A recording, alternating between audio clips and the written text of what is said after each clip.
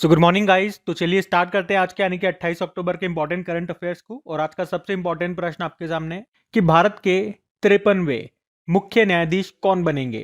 तो आंसर होगा जस्टिस सूर्यकांत। वैसे आप जानते हो अभी हमारे भारत के जो 52वें नंबर के चीफ जस्टिस ऑफ इंडिया हैं वो BR गवई है, 52 नंबर के हैं। पर वे अगले महीने यानी कि 23 नवंबर 2025 को रिटायर्ड हो रहे हैं। तो उनके बाद जो 53वें नंबर के चीफ जस्टिस ऑफ इंडिया बनेंगे उनका नाम आ गया है, वो होंगे न्यायमूर्ति सूर्यकांत, जो कि 9 फरवरी 2027 तक चीफ जस्टिस ऑफ इंडिया बने रहेंगे। मतलब लगभग 14 महीने का उनका कार्यकाल रहेगा। और ये जस्टिस सूर्यकांत है कहाँ से बिलोंग करते हैं? हरियाणा से बिलोंग करते हैं। आप यूं भी कह सकते हो कि वो चीफ जस्टिस ऑफ इंडिया बनने वाले हरियाणा से पहले व्यक्ति हैं। तो जस्टिस सूर्यकांत का नाम याद रखना है। हमारे नए यानी कि BR गवई जी के बाद 53वें नंबर के हमारे चीफ जस्टिस ऑफ इंडिया होंगे। अब यहाँ पे कुछ इंपॉर्टेंट अपॉइंटमेंट्स नियुक्तियां मैं आपको रिवाइज कराऊंगा, लेकिन उससे पहले सुप्रीम कोर्ट के बारे में कुछ इंपॉर्टेंट फैक्ट्स जानते हैं। जैसे कि सुप्रीम कोर्ट का उल्लेख संविधान के किस अनुच्छेद में है? तो आर्टिकल 124 से लेकर 147 तक, पार्ट 5।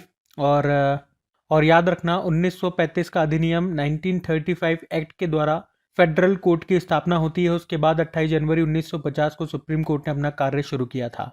और स्थापना के समय इसमें एक चीफ जस्टिस थे और 7 जजेस थे। पहले चीफ जस्टिस ऑफ इंडिया कौन थे, यही प्रश्न बन जाता है, हीरालाल जेकानिया। और अभी तक इसमें कोई भी महिला चीफ जस्टिस नहीं है, ये भी याद रखना पॉइंट। लेकिन अगर पूछे पहली महिला जज कौन रही है सुप्रीम कोर्ट में, तो फातिमा बीबी आंसर होगा। वैसे इनका निधन हो चुका है, 2024 में पद्म भूषण से इनको सम्मानित किया गया था। अब तक जितने भी 52 चीफ जस्टिस ऑफ इंडिया रह चुके हैं उनमें सबसे लंबा कार्यकाल किनका रहा? YV चंद्रचूड़ का। DY चंद्रचूड़ जी के पिताजी थे, ये 16वें नंबर के थे चीफ जस्टिस ऑफ इंडिया, 7 साल 4 महीने तक रहे थे। और सबसे छोटा कार्यकाल रहा था कमल नारायण सिंह का, 22वें नंबर के बने थे, मात्र 17 दिनों तक। और ये प्रश्न एग्जाम में आ चुका है। सुप्रीम कोर्ट के जो चीफ जस्टिस होते हैं, चीफ जस्टिस ऑफ इंडिया, उनका जो कार्यकाल होता है यानी कि रिटायरमेंट एज पूछे तो वो कितनी होती है? 65 ईयर होती है। जबकि हाई कोर्ट के जो चीफ जस्टिस होते हैं उनकी होती है 62 ईयर। और अभी हम जानते हैं 52वें नंबर के chief justice of India BR Gavai हैं। पूरा नाम है भूषण रामकृष्णन गवई। और अब 53वें नंबर के होंगे इनके बाद जस्टिस सूर्यकांत। सुप्रीम कोर्ट का आदर्श वाक्य क्या है? यतो धर्म है ततो जय है, जहां धर्म है वहां जय है। ये तो हो गई सुप्रीम कोर्ट से संबंधित बातें। आप कुछ अपॉइंटमेंट्स हम देख लेते हैं। जैसे कि बार्क इंडिया के अध्यक्ष बने थे गौरव बनर्जी। बार्क मतलब हो गया यहाँ पे ब्रॉडकास्ट ऑडियंस रिसर्च काउंसिल। और दिल्ली पुलिस कमिश्नर बने सतीश गोलचा। भारतीय मुक्केबाजी महासंघ के अध्यक्ष बने अजय सिंह लगातार तीसरी बार। भारत में अमेरिकी राजदूत एम्बेसडर बने सर्जियो गौर। प्रधानमंत्री के उप राष्ट्र सुरक्षा सलाहकार डेप्यूटी नेशनल सिक्योरिटी एडवाइजर बने अनीश दयाल सिंह। फसाई के नए CEO बने Rajit Punhani. New development bank के वाइस प्रेसिडेंट बने राजीव रंजन। भारतीय विज्ञापन एजेंसी संघ association of Indian advertising agency के अध्यक्ष बने श्रीनिवासन स्वामी। वर्ल्ड एंटी डोपिंग एजेंसी के प्रेसिडेंट विटोल्डा बाका। और वर्ल्ड एंटी डोपिंग एजेंसी का मुख्यालय है मॉन्ट्रियल कनाडा में। 80वें संयुक्त राष्ट्र महासभा यूनाइटेड नेशन जनरल असेंबली के 80वें सत्र 80वें सेशन के अध्यक्ष बनाई गई एनालेना बैरबॉक जर्मनी से हैं। इन्होंने रिप्लेस किया फिलेमान यांग को, जो कि कैमरून से हैं। इंटरनेशनल मॉनेटरी फंड के एग्जीक्यूटिव डायरेक्टर बने उर्जित पटेल। 29वीं महालेखा नियंत्रक यानी कि कंट्रोलर जनरल ऑफ अकाउंट्स, ये बनी TCA Kalyani. National hydro electric power corporation के नए CMD बने भूपेंद्र गुप्ता। खनन मंत्रालय में नए सचिव बने पीयूष गोयल। और देश के 15वें उपराष्ट्रपति बने CP राधाकृष्णन, तमिलनाडु से हैं। इन्होंने हराया था किसको? B सुदर्शन रेड्डी को। ठीक है, ये 15 अपॉइंटमेंट्स भी इंपॉर्टेंट रहेंगे, ध्यान में रखना। अगला प्रश्न देखते हैं। फिर अगले में पूछ रहे हैं, हाल ही में यूरोपीय संघ के मानवाधिकार सम्मान, जिसे कहते हैं सखारोव पुरस्कार 2025 के लिए भी किसे चुना गया? तो 2 जने हैं। एक का नाम है आंद्रेज पोकजोबुत और दूसरी है मजिया अमाग्लो बेली। तो अभी यूरोपीय संघ ने वर्ष 2025 का जो उनका सर्वोच्च मानवाधिकार सम्मान है, जिसे कहते हैं सखारोव पुरस्कार, उसके लिए 2 कैदी पत्रकारों को चुना है। कैदी पत्रकार क्यों बोला? मतलब पत्रकार तो वो हैं, मतलब अभी वो जेल में है, इसलिए बोला 2 कैदी पत्रकार। उन दोनों के बारे में आपको बताऊं। एक जो है वो है आंद्रेज पोग्जोबुत, ये बेलारूस से है। उन्होंने लोकतांत्रिक आंदोलनों और प्रेस की स्वतंत्रता के पक्ष में लगातार रिपोर्टिंग की है और उन्हें झूठे आरोपों में 8 साल की जेल की सजा सुनाई गई है, तो अभी वो जेल में है। इनके अलावा दूसरी है मजिया अमाग्लो बेली, वे जॉर्जिया से बिलोंग करती हैं। उन्होंने सरकार के दमन और मीडिया सेंसरशिप के खिलाफ साहसिक रिपोर्टिंग की है। फिर अभी एक सरकारी विरोध प्रदर्शन में पुलिस को थप्पड़ मारने के आरोप में उन्हें 2 साल की जेल की सजा सुनाई गई थी, तो अभी वो भी जेल में है। और अभी इन दोनों को सत्ता के खिलाफ सच बोलने और न्याय के पक्ष में आवाज उठाने के साहसिक कार्य के लिए इस सम्मान के लिए चुना गया। कौन सा? जो कि यूरोपीय संघ का सर्वोच्च मानवाधिकार सम्मान है, सखारोव पुरस्कार इसको कहते हैं। सखारोव पुरस्कार की स्थापना होती है, स्थापित किया गया था 1988 में। किसके द्वारा दिया जाता है? यूरोपीय संसद के द्वारा। इस पुरस्कार का नाम सोवियत वैज्ञानिक और नोबेल शांति पुरस्कार विजेता आंद्रेई सखारोव के नाम पर रखा गया था। किन्हें दिया जाता है? तो ऐसे व्यक्तियों को या ग्रुप्स को, समूहों को दिया जाता है जिन्होंने मानवाधिकारों, अभिव्यक्ति की स्वतंत्रता व लोकतांत्रिक मूल्यों की रक्षा में असाधारण योगदान दिया हो। इसमें पुरस्कार के रूप में 50,000 यूरो दिए जाते हैं। ठीक है, तो इस प्रश्न में हमने सखारोव पुरस्कार के बारे में पढ़ा। कुछ और अवार्ड्स हम देखते हैं, जैसे कि मोदी जी को अभी किस देश में की टू द सिटी पुरस्कार से सम्मानित किया गया था? अर्जेंटीना। 2025 का पेन प्रिंटर पुरस्कार दिया गया सुडानी स्कॉटिश लेखिका हैं लीला अबू लैला। संयुक्त राष्ट्र मंडेला पुरस्कार 2025 ये 2 जनों को दिया गया, ब्रेंडा रेनॉल्ड्स जो कनाडा से हैं और कैनेडी ओडेडे जो केन्या से हैं। सुहानी शाह बेस्ट मैजिक क्रिएटर 2025 पुरस्कार जीतने वाली पहली भारतीय बनी। 43वां लोकमान्य तिलक राष्ट्र पुरस्कार मिला नितिन गडकरी को। खाद्य एवं शांति के लिए MS स्वामीनाथन पुरस्कार के पहले प्राप्तकर्ता बने प्रोफेसर एडेमोला एडेनले, नाइजीरिया से हैं। इंपॉर्टेंट रहेगा प्रश्न। यूनाइटेड नेशन डेवलपमेंट प्रोग्राम ने इक्वेटर प्राइज 2025 दिया बीबी फातिमा सेल्फ हेल्प ग्रुप को, कर्नाटक का है, ये भी इंपॉर्टेंट है। ललित कला अकादमी पुरस्कार 2025 दिया गया प्रेमचंद पुखरामबम को, मणिपुर के मूर्तिकार हैं। लता दीनानाथ मंगेशकर पुरस्कार 2025 मिला कुमार मंगलम बिरला को। 34वां सरस्वती सम्मान 2024 के लिए दिया गया साधु भद्रेश दास को, संस्कृत विद्वान है, उनकी पुस्तक स्वामी नारायण सिद्धांत सुधा के लिए। तो ये 10 इंपॉर्टेंट अवार्ड्स हमने रिवाइज किए, ध्यान में रखना। अगला प्रश्न देखते हैं। फिर अगले में पूछ रहे हैं, हाल ही में सुप्रीम कोर्ट ने किस राज्य सरकार को सारंडा जंगल को वन्यजीव अभयारण्य घोषित करने का निर्देश दिया है? तो आंसर होगा झारखंड।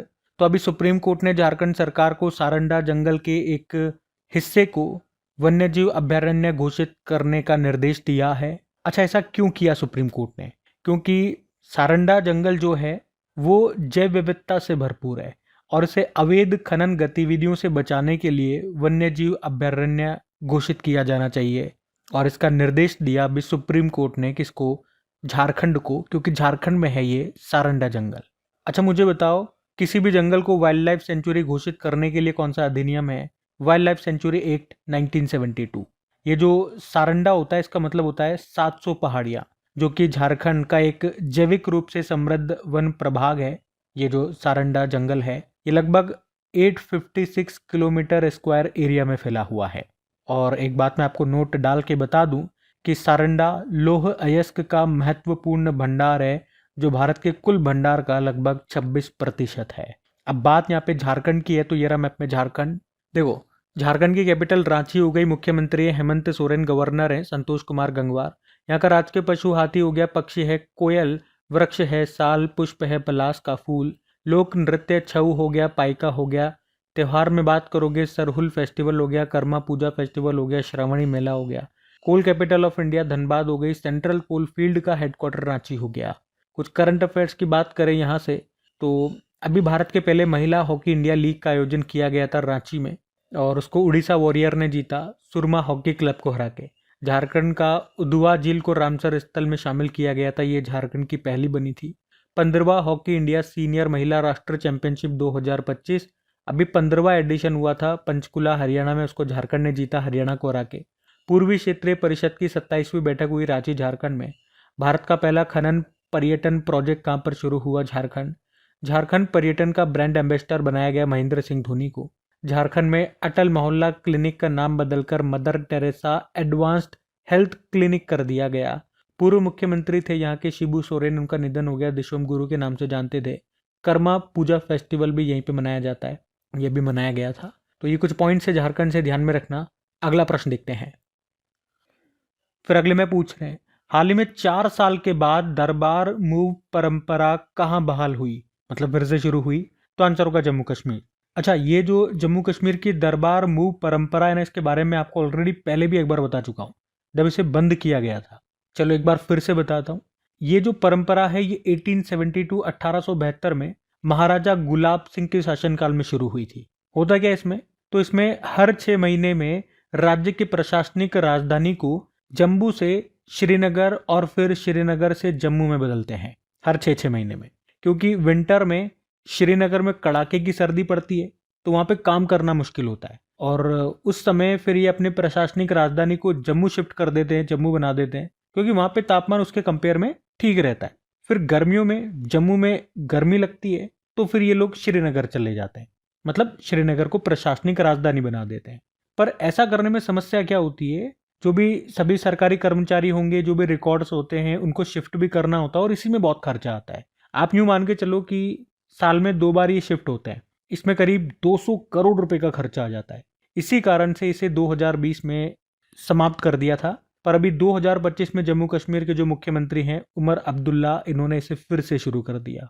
ठीक है, तो ये तो दरबार मूव परंपरा हो गई, मैंने आपको समझा दिया, आपको समझ में आ गया होगा। कहाँ पे फिर से शुरू होती है, जम्मू कश्मीर में। जम्मू कश्मीर में आपको लेकर के चलूंगा। अच्छा, अगर कोई पूछे ना कि जम्मू कश्मीर का इतिहास किस पुस्तक में लिखा है, तो बताया था मैंने आपको, राज तरंगिणी याद रखना। किसने लिखी, कल्हण ने। इसमें 12वीं सदी के मध्य तक कश्मीर के राजाओं के इतिहास का वर्णन है। अब बात कर लेते हैं जम्मू कश्मीर की। तो 2 कैपिटल हो गई है, विंटर में जम्मू हो जाएगी, समर में श्रीनगर हो जाएगी। लेफ्टिनेंट गवर्नर है मनोज सिन्हा, मुख्यमंत्री उमर अब्दुल्ला, डेप्यूटी सीएम सुरेंद्र चौधरी बने थे। और यहाँ पे आपको Dachigam national park, Kishtwar national park, Salim Ali national park मिल जाएगा। पट्ट उत्सव मनाया जाता है, हेरत महोत्सव होता है यहाँ पे, तवी महोत्सव हो गया, कंचोत महोत्सव हो गया, बंगास वेली महोत्सव हो गया, अहरबल महोत्सव हो गया, खीर भवानी मेला लगता है। चिनार बुक फेस्टिवल का आयोजन अभी श्रीनगर में हुआ था। दुनिया का सबसे ऊंचा रेलवे ब्रिज बना ये जम्मू कश्मीर में, चिनाब नदी के ऊपर। आप मुझे बताना इसकी लंबाई और इसकी हाइट कितनी है। भारत की पहली कैनबिस मेडिसिन परियोजना यहाँ शुरू हुई थी। वर्ल्ड क्राफ्ट सिटी प्रमाण पत्र पाने वाला चौथा भारतीय शहर बना था कश्मीर। भारतीय रेलवे का प्रस्तावित 69 नंबर का डिवीजन यानी कि मंडल ये बना था जम्मू डिवीजन। उसके अलावा खेलो इंडिया विंटर गेम्स 2025 जो भी 5वां संस्करण हुआ था जम्मू कश्मीर और लद्दाख में, उसमें टॉप पे रही थी भारतीय सेना। उसके अलावा कुछ प्रोडक्ट्स हैं जिनको जीआई टैग मिला, वो हैं Namda, Kashmiri Gabba, Kashmir willow bat, Kashmir tweed, crewel, Kashmir chain stitch, shikara और वागू। ये सब जम्मू कश्मीर के प्रोडक्ट्स हैं, इनको मिला जीआई टैग। भारत का पहला high altitude climate research station का उद्घाटन किया गया था जम्मू कश्मीर में। और ई सेहत एप्लीकेशन यहाँ पे लॉन्च हुई थी स्वास्थ्य सेवा के लिए। उसके अलावा खेलो इंडिया वाटर स्पोर्ट्स फेस्टिवल अभी पहला एडिशन हुआ था श्रीनगर की डल झील में, जिसका मैस्कॉट था हिमालयन किंगफिशर। इसमें मध्य प्रदेश टॉप पे रहा था। बसोहली महोत्सव यहाँ पे मनाया गया था, इस बार रामायण की थीम पर इसका आयोजन हुआ था। तो ये सब बातें जम्मू कश्मीर से हमने देख ली है, ध्यान में रखना। अगला प्रश्न देखते हैं। फिर अगले में पूछ रहे हैं, अभी कैथरीन कॉनोली किस देश की राष्ट्रपति चुनी गई? तो आंसर होगा आयरलैंड। तो अभी कैथरीन कॉनोली को आयरलैंड का प्रेसिडेंट चुना गया है, वह आयरलैंड की 10वीं राष्ट्रपति बनी है। अब यहाँ पे अभी कुछ लेटेस्ट जिन भी देशों में 10-15 में आपको जो भी लेटेस्ट होंगे, जिन भी देशों में भी प्रेसिडेंट या प्रधानमंत्री बने वो रिवाइज कराऊंगा एक बार। लेकिन आयरलैंड आपको लेकर के चलता हूँ, ये रहा मैप में आयरलैंड। कैपिटल डबलिन होती है, करेंसी यूरो होती है। नई प्रेसिडेंट बन गई है कैथरीन कॉनोली इनका नाम है। अब चलो मैं आपको रिवाइज करवाता हूँ। जैसे कि अभी जापान की पहली महिला प्रधानमंत्री साने ताकाइची बनी थी, याद रखना इंपॉर्टेंट नाम है। सेशल्स के राष्ट्रपति पैट्रिक हर्मिनी, मेडागास्कर के प्रधानमंत्री फोर्टुनाट रुफिन, मेडागास्कर के राष्ट्रपति कर्नल माइकल। नेपाल की पहली महिला प्रधानमंत्री इंतरिम बनी थी सुशीला कार्की। नॉर्वे के फिर से प्रधानमंत्री जोनास गहर बने। फ्रांस में नए राष्ट्रपति सेबेस्टियन लोकार्नो बने। गुयाना के राष्ट्रपति इरफान अली। थाईलैंड के नए प्रधानमंत्री अनुतिन चारनविराकुल बने। जमैका के नए प्रधानमंत्री एंड्रयू हॉलनेस। लिथुआनिया के नए प्रधानमंत्री इंगा रुगिनियन। सूरीनाम की पहली महिला राष्ट्रपति जेनिफर गार्लेंस। और रोमानिया के नए राष्ट्रपति निकोसोर डैन। सूडान के प्रधानमंत्री कामिल इद्रिस। साउथ कोरिया के 14वें राष्ट्रपति ली जे म्यूंग। पुर्तगाल के प्रधानमंत्री लुइस मोंटेनेग्रो। पोलैंड के राष्ट्रपति करोल नवरोकी। यमन देश के प्रधानमंत्री सलीम साले बिन ब्रेक बने थे। ठीक है, 18 हमने यहाँ पे इस तरह के प्रश्न रिवाइज कर लिए, ध्यान में रखना। अगला प्रश्न देखते हैं। फिर अगले में पूछ रहे हैं, हाल ही में 22वां आसियान भारत शिखर सम्मेलन कहां पर आयोजित हुआ? तो आंसर होगा मलेशिया। आसियान इंडिया समिट 2025 की हम बात कर रहे हैं। ये इस बार इसका 22वां एडिशन है। अभी 26 अक्टूबर को हुआ था ये। इसको होस्ट किया मलेशिया ने और भारत की ओर से प्रधानमंत्री नरेंद्र मोदी जी ने इसमें वर्चुअली हिस्सा लिया, मतलब ये वहाँ पे गए नहीं थे, इन्होंने कंप्यूटर की स्क्रीन पर ऐसे वर्चुअली उसमें पार्टिसिपेट किया। और यहाँ पे प्रधानमंत्री नरेंद्र मोदी ने 2026 को आसियान भारत समुद्री सहयोग वर्ष के रूप में घोषित किया। ये इंपॉर्टेंट लाइन याद रखना। इसके अलावा उन्होंने कहा कि जो 21वीं सदी है वो हमारी सदी है, मतलब भारत और आसियान की सदी है, ऐसा उन्होंने कहा। ये 2 लाइन यहाँ से इंपॉर्टेंट बन सकती है। आपको बता दूं, पिछला जो आसियान भारत शिखर सम्मेलन हुआ था, देखो भारत जो है आसियान का मेंबर नहीं है, तो ये अलग से अपनी समिट का आयोजन करते हैं। आसियान में सारे मेंबर होते हैं और भारत अलग से होता है, तो आसियान भारत समिट हुआ। पिछला वाला जो हुआ था 2024 में, वो लाओस वियंतिने में हुआ था। अभी 2025 वाला हुआ मलेशिया में और अगला 2026 वाला होगा फिलीपींस में। ये भी इसमें बताया गया। अब देखो, ये तो हमने आसियान भारत शिखर सम्मेलन की बात करी, लगे हाथ आसियान समिट की भी बात कर लेते हैं। इसका भी आयोजन अभी हुआ 26 अक्टूबर को ही मलेशिया में ही। पहले आसियान की बात करते हैं। आसियान की फुल फॉर्म होती है association of south east Asian nation और इसकी जो स्थापना है 8 अगस्त 1967 को होती है बैंकॉक डिक्लेरेशन से। Headquarter Jakarta Indonesia. नवीनतम सदस्य तिमोर लेस्टे बना था 11वें नंबर का। इसकी जो लास्ट 2024 में बैठक हुई थी वो लाओस वियंतिने में हुई थी और इसका मोटो है one vision one identity one community. और मैंने आपको बताया ना, भारत जो है आसियान का सदस्य नहीं है, पर 1992 में भारत आसियान का वार्ता भागीदार डायलॉग पार्टनर बना था। उसके अलावा अभी 14वीं ADMM प्लस आतंकवाद रोधी बैठक ये 2025 में हुई थी भारत में, नई दिल्ली में। ADMM का मतलब हो गया ASEAN defence ministers meeting. Bharat ने इसको पहली बार होस्ट किया था, अध्यक्षता की थी मलेशिया ने। और अभी 5वां आसियान भारत युवा सम्मेलन ये हुआ था गोवा में, ये हमने देख लिया। आसियान समिट 2025 ये भी कुआलालंपुर मलेशिया में हुआ। इसकी साल में 2 बैठक हुई थी। एक तो मई के महीने में जो हुई थी वो 46 नंबर की हुई थी और अभी जो अक्टूबर में हुई वो 47 नंबर की हुई। यहीं पे हुई है मलेशिया में ही। और अगर पूछे पहली आसियान भारत क्रूज वार्ता कहाँ पर हुई, चेन्नई में हुई। ठीक है, और ये वाला पॉइंट है 2 बार लिखाई में आ गया। बाकी ये सारे पॉइंट्स आसियान से मैंने आपको रिवाइज करा दिए, ध्यान में रखना। अगला प्रश्न देखते हैं। फिर अगले में पूछ रहे हैं, हाल ही में बंगाल की खाड़ी के ऊपर दस्तक देने वाले चक्रवात जिसका नाम मोन्था है, इसका नाम किसने सुझाया? तो आंसर होगा थाईलैंड। तो दक्षिण पूर्वी बंगाल की खाड़ी में एक चक्रवात, एक तूफान बन रहा है और इसका नाम मोन्था रखा गया है। ये तूफान उड़ीसा और आंध्र प्रदेश के तटों की ओर बढ़ रहा है। अच्छा, इसका नाम मोन्था किसने रखा? थाईलैंड ने, जिसका मतलब होता है सुगंधित फल या सुंदर फूल।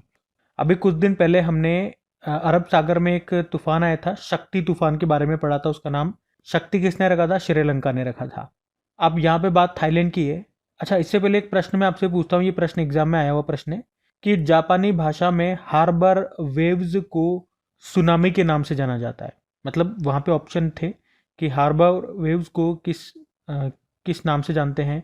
सुनामी दे दिया था, अर्थक्वेक दे दिया था, फ्लड दे दिया था, तो इस तरह से सुनामी आंसर होगा, ये याद रखना। अब बात यहाँ पे थाईलैंड की हो रही है तो थाईलैंड भी लेकर के चलते हैं। ये रहा मैप में थाईलैंड। सफ़ेद हाथियों का देश इसको कहते हैं, इसका पुराना नाम है सियाम। मैत्री और अयुत्या अभ्यास हम करते हैं थाईलैंड के साथ में। कैपिटल बैंकॉक हो गई है, करेंसी है थाई बहत, प्रधानमंत्री है अनुतिन चारनबेराकुल। और आप जानते हो ताइवान और नेपाल के बाद समलैंगिक विवाह को मान्यता देने वाला ये तीसरा देश बना था थाईलैंड। प्रधानमंत्री नरेंद्र मोदी ने कहाँ पर संवाद कार्यक्रम 2025 को संबोधित किया? थाईलैंड। 2025 में जो छठा बिम्स्टेक समिट हुआ था उसको होस्ट किया था थाईलैंड ने। अगली बार होस्ट करेगा बांग्लादेश। विश्व बैडमिंटन महासंघ के अध्यक्ष बनी है खुनयिंग पटामा, थाईलैंड से हैं। इस पद पर आने वाली दूसरी महिला अध्यक्ष है। मिस वर्ल्ड 2025 जिसका आयोजन अभी हुआ था तेलंगाना में, 72वां एडिशन था 72 नंबर का। इसको जीता ओपल सुचाता ने, वो थाईलैंड से ही है। और अभी जो मैत्री अभ्यास हुआ था भारत थाईलैंड के बीच में, वो हुआ कहाँ पे था? मेघालय के उमरोई में हुआ था। ठीक है, तो ये पॉइंट्स ध्यान में रखना। अगला प्रश्न देखते हैं। फिर अगले में पूछ रहे हैं, हाल ही में फीफा ने किस नए टूर्नामेंट को शुरू किया? तो ये भी एक अच्छा प्रश्न होगा। इसका सही उत्तर हो गया आसियान कप। तो अभी फीफा ने दक्षिण पूर्व एशिया में राष्ट्रीय फुटबॉल टीमों को मजबूत करने और क्षेत्रीय विकास को बढ़ावा देने के लिए अभी आसियान कप की घोषणा की है। कहाँ पर घोषणा की? अभी जो 47 नंबर का आसियान समिट हुआ था कुआलालंपुर मलेशिया में, वहीं पे इसकी घोषणा की है। इस टूर्नामेंट में अभी तो बताया नहीं कब होगा, कहाँ पे होगा, ये नहीं बताया, बस बोला है आसियान कप होगा। इस टूर्नामेंट में जो आसियान के 11 सदस्य देश हैं वो इसमें हिस्सा लेंगे। अब यूं मत बोलना आसियान में तो 10 ही मेंबर हैं, आसियान में अब 11 हो चुके हैं। तिमोर लेस्ते, ईस्ट तिमोर इसका 11वां सदस्य बना है। एक बार फीफा की बात कर लें। वर्ल्ड वाइड फुटबॉल को रेगुलेट करने वाली बॉडी है फीफा। स्थापना होती है 1904 में, हेडक्वार्टर ज्यूरिख स्विट्जरलैंड, प्रेसिडेंट है ज्ञानी इन्फेनिटो। और कुछ कप्स एंड ट्रॉफीज की बात करें तो रोवर्स कप हो गया, संतोष ट्रॉफी हो गया, सुब्रतो कप हो गया, डूरंड कप हो गया, आशुतोष कप हो गया, मरडेगा कप हो गया, नेहरू कप हो गया। इन सबका संबंध है फुटबॉल से। अच्छा एक बार ये देख लो, फीफा जो वुमेन्स वर्ल्ड कप होगा और जो मेंस वर्ल्ड कप होगा, अगला वाला एडिशन कब होगा? तो वुमेन्स में बात करेंगे 2027 में होगा, वो ब्राजील में होगा। और जो मेंस वर्ल्ड कप है ये अगले साल ही होगा 2026 में, 3 देशों में, कनाडा, मैक्सिको और अमेरिका में। चलो आप में से कौन कौन स्टूडेंट बताएगा अभी इसका शुभंकर मैस्कॉट बताया गया था वो क्या है? नहीं पता तो गूगल सर्च करके बताइएगा, लेकिन बताइएगा जरूर, प्रश्न इंपॉर्टेंट है क्योंकि। हम अगले प्रश्न की ओर बढ़ते हैं। फिर अगले में पूछ रहे हैं, हाल ही में चर्चा में रहे 2 उन्नत तीव्र गश्ती पोत, एक का नाम है अजीत, एक का नाम है अपराजित, इसका संबंध किससे है? तो आंसर होगा गोवा शिपयार्ड। तो ये 2 एडवांस फास्ट पेट्रोल वेसल यानी कि 2 उन्नत तीव्र गश्ती पोत हैं। एक का नाम है ICGS अजीत और ICGS अपराजित।